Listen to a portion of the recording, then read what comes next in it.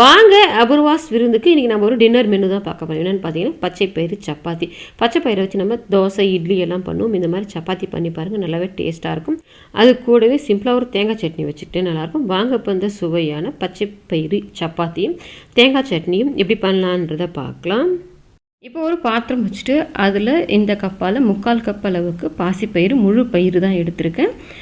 நீங்கள் உங்கள் தேவைக்கு தகுந்த மாதிரி எடுத்துக்கலாம். இப்போ இதில் 2 தண்ணி போட்டு கழுவிட்டு ஊறுறதுக்கு தேவையான ஒரு தண்ணி ஊற்றி வச்சுருக்கேன். இப்போ இதை பார்த்தீங்கன்னா ஒரு 6 மணி நேரமாக ஊற விட்டுறது நல்லாவே ஊறி வந்துருச்சு. குறைஞ்சது ஒரு 6 மணி நேரமாவது ஊற விடுங்க, அப்போ தான் நல்லா ஊறி வரும். இப்போ இந்த ஊறி வந்த பாசிப்பருப்பை மிக்சி கப்புக்கு மாற்றிட்டு அது கூடவே சின்ன சைஸ் ஒரு கேரட் மேலே உள்ள தோல் எடுத்துகிட்டு கட் பண்ணியிருக்கேன், அதை சேர்த்துக்கோங்க. அது கூட ஒரு சின்ன துண்டு இஞ்சி, சின்ன பல்லாக இருக்கிறதால ஒரு 10 பல்லு கிட்ட எடுத்துருக்கேன். பெருசாக இருந்துச்சுன்னா ஒரு 4 பல்லு சேர்த்துக்கிட்டிங்கன்னா கூட போதும். அது கூடவே காரத்துக்கு 4 பச்சை மிளகா, சின்ன சைஸில் ஒரு வெங்காயம் கட் பண்ணிவிட்டு வச்சுருக்கேன், அதையும் சேர்த்துட்டு அது கூடவே 1 டீஸ்பூன் சோம்பு சேர்த்துட்டு தண்ணி எதுவும் சேர்க்க வேண்டாம். அப்படியே அந்த பாசிப்பருப்பில் இருக்கிற ஈரம் வெங்காயத்தில் இருக்கிற ஈரத்தை வச்சு அரைச்சிக்கலாம். ரொம்ப சிக்கிச்சுன்னா மட்டும் கொஞ்சமாக தண்ணி சேர்த்துக்கோங்க. இப்போ பார்த்தீங்கன்னா நான் அரைச்சி எடுத்துகிட்டு வந்துட்டேன். தண்ணி எதுவும் சேர்க்க நல்லாவே மஞ்சு வந்துருச்சு.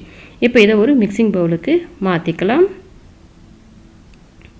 இப்போ அது கூடவே ஒரு 1/2 ஸ்பூன் அளவுக்கு மஞ்சத்தூள், தேவைக்கு தகுந்த மாதிரி உப்பு சேர்த்துட்டு, பாசிப்பருப்புன்றதுனால கொஞ்சமாக வாய்வு தன்மை இருக்கும், பெருங்காயத்தூள் வாசனையுமே நல்லாயிருக்கும், ஒரு 1/4 ஸ்பூன் அளவுக்கு சேர்த்துட்டு பொடியை நறுக்கின புதினா ஒரு கைப்பிடி அளவுக்கு, அதில் பாதி அளவுக்கு மல்லி இலை பொடியை கட் பண்ணி சேர்த்துக்கிட்டு, நம்ம இந்த கப்பால் தான் 3/4 கப் அளவுக்கு பாசிப்பயிறு எடுத்துருதும் அதுக்கு 1/2 கப் அளவுக்கு கோதுமை மாவு சேர்த்துருக்கேன். இப்போ இதில் தண்ணி சேர்க்க வேண்டாம். அந்த பாசிப்பயிறு அரைச்சிருக்கும் பாருங்கள், அந்த தண்ணியே போதுமானதாக இருக்கும். அதில் இருக்கிறது எக்ஸ்ட்ரா தண்ணி எதுவும் சேர்க்க வேண்டாம். இப்போ பார்த்தீங்கன்னா எனக்கு நான் எடுத்துருந்த அந்த மாவு கரெக்டான அளவில் இருந்து, சப்போஸ் உங்களுக்கு கொஞ்சம் தளர்வாக இருந்துச்சுன்னா இன்னும் கொஞ்சம் கோதுமை மாவு சேர்த்து பிசைஞ்சிக்கிறதுனாலும் பிசைஞ்சிக்கலாம். நான் எக்ஸ்ட்ரா போடலாம். அந்த 1/2 கப்பே எனக்கு கரெக்டாக இருந்துச்சு. இப்போ மேலே 1 ஸ்பூன் அளவுக்கு எண்ணெய் சேர்த்துட்டு லைட்டாக மேலே ஃபுல்லாக தடவி விட்டுக்கோங்க. அப்போ தான் மேலே மாவு வறண்டு போகாமல் இருக்கும். இப்போ இதை ஒரு மூடி போட்டு வச்சுட்டு ஒரு 1/2 மணி நேரத்துக்கு அப்படியே ஊற விட்டுருங்க. நல்லா சாஃப்ட் சைஸில் ஒரு முழு தேங்காய் எடுத்து பல்லாக போட்டு வச்சுருக்கேன். நீங்கள் துருவி சேர்க்குறதான் சேர்த்துக்கலாம். நான் ஃபுல் தேங்காவுமே சேர்த்துருக்கேன். அது கூடவே ஒரு சின்ன துண்டு இஞ்சி, 2 பல் பூண்டு, அது கூடவே 5 சின்ன வெங்காயம் தோல் எடுத்துகிட்டு வச்சுருக்கேன், அதை சேர்த்துக்கலாம். இது எல்லாமே நான் முழு தேங்காய் காணாதான் எடுத்திருக்கேன். நீங்கள் உங்கள் சட்னி எவ்வளோ செய்கிறீங்களோ அதுக்கு தகுந்த மாதிரி கம்மி பண்ணி சேர்த்துக்கலாம். இதில் காரம் அதிகமாக இருக்கக்கூடாது, அதனால் 2 பச்சை மிளகா மட்டும் சேர்த்துருக்கேன். கொஞ்சமாக ஒரு 10 இலை இருக்கும், அந்த அளவுக்கு தான் புதினா எடுத்துருக்கேன். அதிகம் சேர்க்கக்கூடாது, புதினாவோட ஃப்ளேவர் வரக்கூடாது, லேசாக இருக்கணும் அதுக்காக. அதை சேர்த்துட்டு அது கூடவே 2 டேபிள் ஸ்பூன் பொட்டுக்கடலை சேர்த்துக்கோங்க. தேங்காயோட டேஸ்ட்டு தான் ஜாஸ்தி இருக்கணும். அது கூடவே உப்பு கொஞ்சமாக சேர்த்துட்டு, நம்ம ஹோட்டலில் சாப்பிடும்போது லைட்டாக ஸ்வீட்டாக இருக்கும் பாருங்கள், அதுக்காக தான் கொஞ்சமாக ஒரு 1/2 ஸ்பூன் அளவுக்கு சேர்த்துருக்கேன். இது ஆப்ஷனல் தான். நீங்கள் சேம் அதே டேஸ்ட்டில் சாப்பிடணும்னு நினச்சிங்கன்னா 1/2 ஸ்பூன் அளவுக்கு சேர்த்துட்டு அரைச்சிக்கோங்க. வேண்டான்னா கூட விட்டுடலாம். கொஞ்சமாக தண்ணி சேர்த்து இந்த மாதிரி குறப்பாக அரைச்சி எடுத்துகிட்டு வந்திருக்கேன். இப்போ இதை ஒரு பாத்திரத்துக்கு மாற்றிக்கோங்க. பாத்திரத்துக்கு மாற்றிட்டு கொஞ்சமாக தண்ணி சேர்த்து அலசி சேர்த்துக்கோங்க. இப்போ நம்ம ஹோட்டல்லாம் சட்னி சாப்பிடணும் கொஞ்சம் கெட்டியாக இருக்கும் பாருங்கள், அதெல்லாம் கொஞ்சமாகவே தண்ணி சேர்த்துக்கோங்க, அதிகமாக சேர்க்காதீங்க, அப்போ தான் நல்லாயிருக்கும். இப்போ இது கூடவே நம்ம வழக்கமாக சட்னி தாளிக்கிற மாதிரி கடுகு, உளுத்தம் பருப்பு, ஒரே ஒரு வரமிளகா கிள்ளி போட்டுருக்காது ஃப்ளேவருக்காக.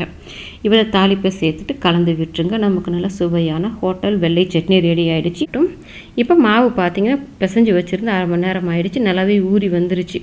இப்போ நீங்கள் எந்த சைஸ்க்கு தேவையோ அதுக்கு தகுந்த மாதிரி எடுத்துகிட்டு இப்போ நான் உருட்டுறதுக்கு ஒரு சப்பாத்தி மனை வச்சுருக்கேன். இப்போ இந்த கடாய் கூட பார்த்தீங்கன்னா நம்மக்கிட்ட இண்டாலியமில் சப்பாத்தி உருட்டுற மனை, மிளகு சீரகம் இடிக்கிற இடி உரல்,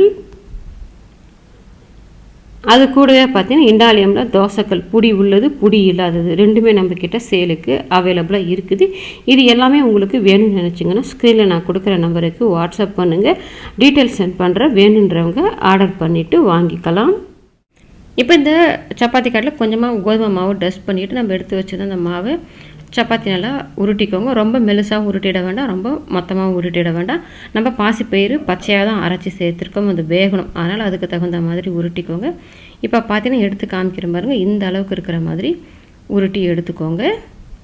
உருட்டி எடுத்துகிட்டு நீங்கள் இதை இப்படியே போட்டு சுடுறதுனாலும் சுடலாம். எல்லாமே ஒரே மாதிரி அழகாக வேணும்னா இந்த மாதிரி ஒரு பெரிய மூடு ஒன்று வச்சுட்டு கட் பண்ணி எடுத்துக்கிட்டிங்கன்னா எல்லாமே ஒரே மாதிரி அழகாக இருக்கும். இப்போ தோசைகள் காஞ்சிடுச்சு, அதில் கொஞ்சமாக லைட்டாக எண்ணெய் போட்டு ஸ்ப்ரெட் பண்ணிவிட்டு நம்ம உருட்டி வச்சுருந்ததை சேர்த்து போட்டு விட்டுட்டு அப்படியே விட்டுறாதீங்க. கொஞ்சம் நேரத்துக்கு ஒரு மாதிரி பெரட்டி போட்டு நீங்கள் வேக வைக்கும்போது தான் உங்களுக்கு நல்லா சாஃப்டாக கிடைக்கும். இப்போ 2 பக்கமும் லைட்டாக எண்ணெய் தடவிட்டு 2 பக்கம் நல்லா கோல்டன் கலரில் செவந்து வர்ற வரைக்கும் வேக விட்டுக்கோங்க. பார்த்தா 2 பக்கமுமே நல்லா கோல்டன் கலரில் செவந்து வந்துருச்சு. இப்போ நம்ம வெளியில் எடுத்துக்கலாம்.